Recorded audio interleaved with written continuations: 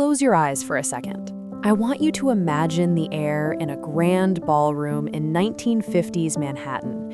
It's heavy with the scent of expensive French perfume, the faint smoke of thin cigarettes, and the constant, rhythmic clinking of crystal glasses. The floor is polished marble, reflecting the glow of 1,000 candles. In the center of this room stands a woman. She isn't just attending the party, she is the party. She is draped in silk. Her skin looks like it's glowing from within, and she moves with the quiet confidence of someone who owns the building. This is Estée Lauder.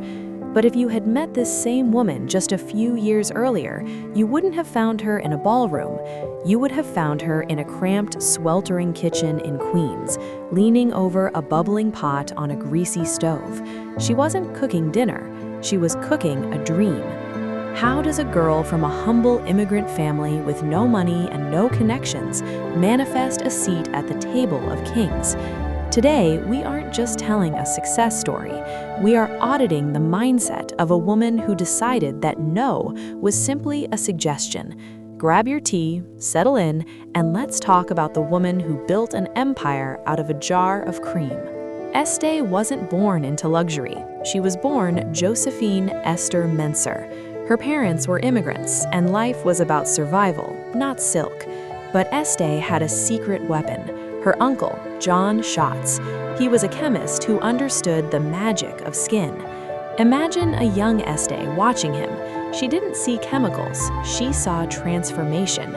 She saw how a woman's entire posture changed when her skin felt soft.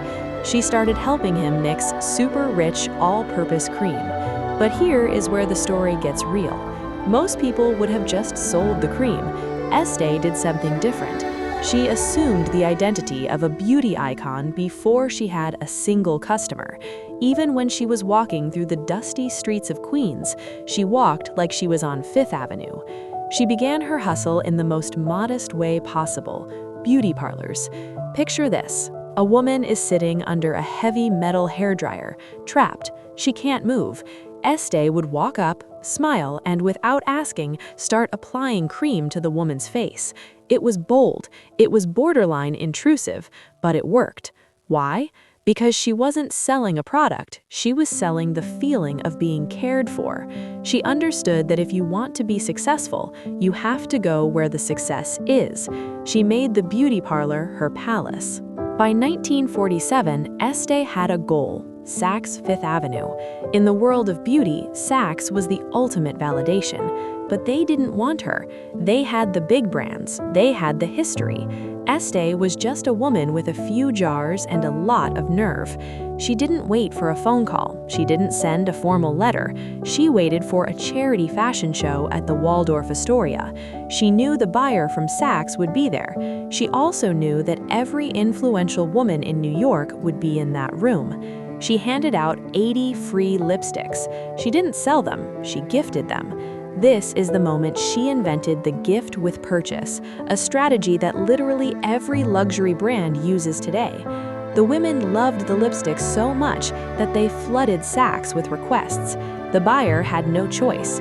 He called Estée and gave her an order for $800. Think about that. She didn't have a marketing team, she had a vision and the law of assumption. She acted as if Saks already carried her line.